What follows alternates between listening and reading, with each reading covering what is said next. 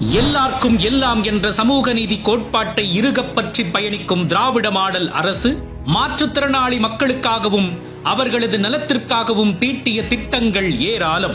ஊனமுற்றோர் என்றிருந்த பெயரை மாற்றுத்திறனாளிகள் என மாற்றி அவர்களுக்கென தனி துறையையே உருவாக்கியவர் முத்தமிழறிஞர் டாக்டர் கலைஞர் அவர்கள். அவர் காட்டிய பாதையில் பயணிக்கும் நமது மாண்புமிகு தமிழ்நாடு முதலமைச்சர் மு.க. ஸ்டாலின் அவர்கள் மாற்றுத்திறன் கொண்ட மக்கள் மீது கொண்ட அக்கறையாலும் பேரன்பாலும் அமைத்து தந்த திட்டங்கள் கணக்கில் அடங்காதவை.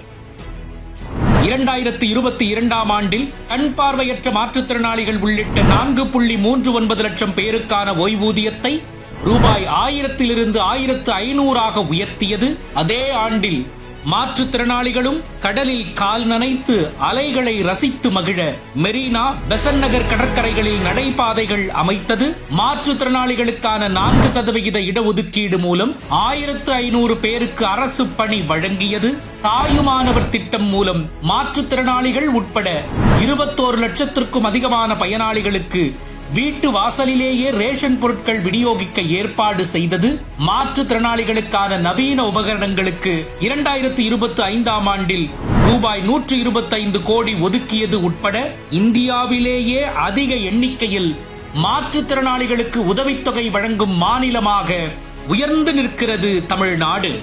இவை மட்டுமா, நாட்டிலேயே தனித்துவமான தொலைநோக்கு திட்டமான உள்ளாட்சி அமைப்புகளில் மாற்றுத்திறனாளிகளுக்கு பிரதிநிதித்துவம் அளித்திடும் மாபெரும் திட்டத்தை வகுத்து தந்தவர் முதலமைச்சர் முத்துவேல் கருணாநிதி ஸ்டாலின். இதன் மூலம் 13,988 நியமன பதவிகளை ஏற்படுத்தி மாற்றுத்திறனாளிகளின் குரல் உள்ளாட்சி அமைப்புகளில் ஒலித்திட அடித்தளமிட்டார் நம் முதலமைச்சர். விளிம்பு நிலை மக்களை அரவணைத்து சமூக நீதியை நிலைநாட்டி அனைத்து மக்களின் தேவையை பூர்த்தி செய்யும் தாயுமானவர் நம் முதலமைச்சர் மு.க. ஸ்டாலின் வழியில் அன்பு ஒன்றையே அடித்தளமாய் வைத்து பயணிப்போம். அனைத்துயிரையும் நேசிப்போம்.